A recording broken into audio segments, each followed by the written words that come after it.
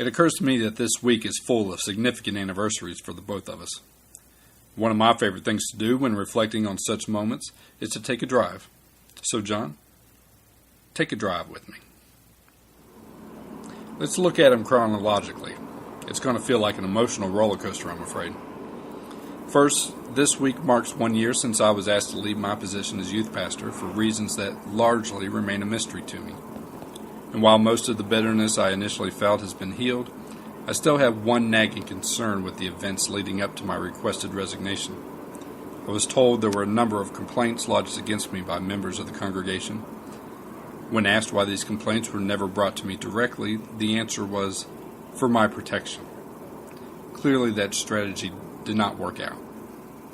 In Matthew 18, Jesus instructs his disciples to approach one another when they find fault with a brother. First privately, second with a small group, and then with the church. It can sound selfish of me to say I wasn't afforded this opportunity to be approached by those who found fault in me, but I'm afraid it's an opportunity which many pastors and church members are deprived. I know the pain it caused me to have anonymous accusers with no chance for recompense, and it pains me even more to think of all those who have distanced themselves from the church based on similar experiences. Second, today.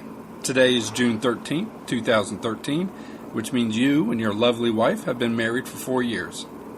Much like my own wedding day, there was actually very little I remember about being the best man in yours. I do remember being overwhelmingly happy for the two of you, though.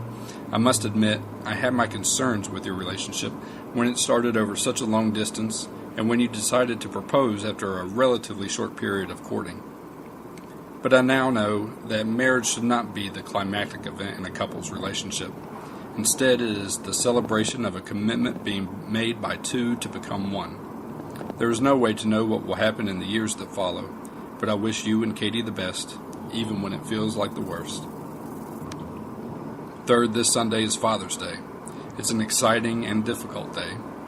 For me, this will be my fourth Father's Day. Our daughter Kaylee was born in August 2009. And I honestly cannot imagine what life would be like without her.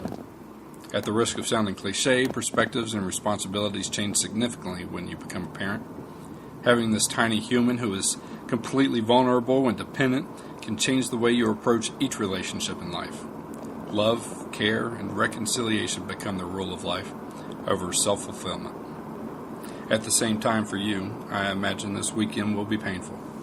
I believe it is your 16th Father's Day without your father. I never met your dad, but I do know you, and I know the man you are.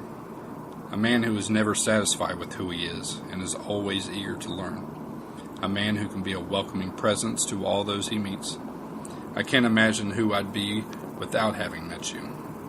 So a happy Father's Day to our dads, John. Hopefully the legacy of their love can be seen in who we are. Finally, next Friday is my own wedding anniversary. It'll be 5 years for Catherine and myself.